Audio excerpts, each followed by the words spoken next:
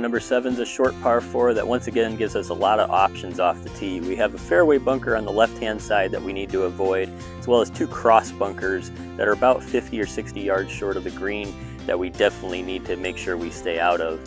Off the tee here, if you can't quite reach those cross bunkers with your driver, then go ahead and just hit away. If not, make sure you hit something that either leaves you with your favorite number in, or if you just want to get as close to those bunkers as you can, no problem. That'll leave for a pretty easy second shot into the green, depending on the hole location. But again, for today, I don't think I can quite get to those bunkers with a 3-iron, so I'm going to go ahead and hit that out there safely out into that right-hand portion of the fairway and set up a good look for our second.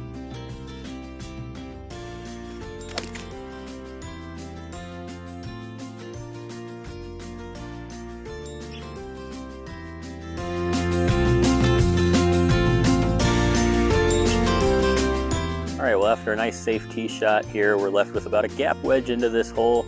Now this green's a little bit tricky. It's got 2 high sides on either the left or the right hand portion with a very low portion through the center of the green. So you really need to pay attention to where the hole location is here. And today we're red flag over the left portion of the green, so we're on one of those higher levels over there. So when you're hitting that second shot in, you want to be mindful of that and try your best to get onto that same level. Otherwise, it's going to be a really difficult 2-putt in there. Now, this shot also plays quite a bit uphill, and that green side bunker there short of the green gets a pretty good workout throughout the day with players who might not realize that, or maybe don't strike the ball just as well as they want. So take an extra club here, make sure you get onto that right level, and you should have a decent look for birdie.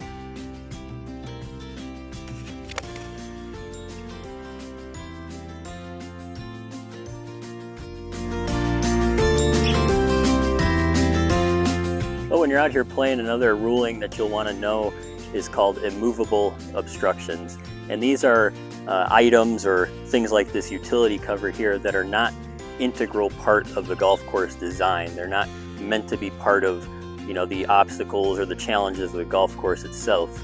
So you will get free relief from these sorts of objects.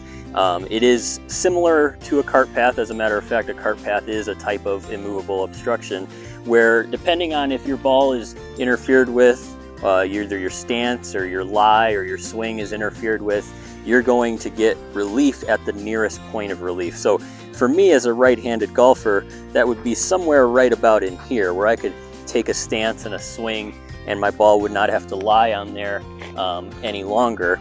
And then I would get 1 additional club length any direction, no nearer to the hole. You just need to make sure that once you've taken your drop, that you are not interfered with any longer by that object. Now, this is where it gets a little tricky. If I was a left-handed player, I would have to come over on this side, and I see a lot of players who, they don't take into account the bush. They'll give themselves a little extra relief over here so that they don't have to stand into the bush.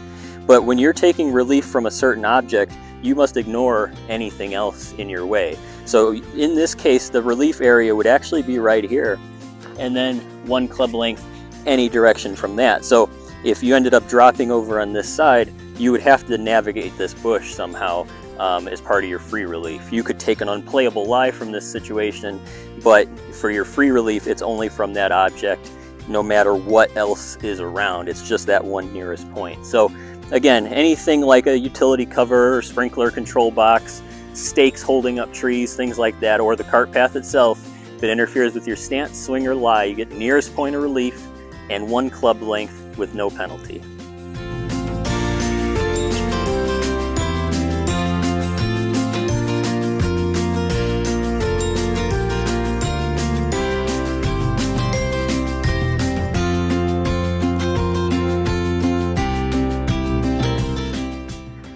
Alright, so Mountain 7, it's a really good birdie opportunity. We didn't quite get ours here, but after the tough holes at 5 and 6, this is a good chance to get a good, under par score, or definitely a nice easy par here as we go on to the par 3, number 8.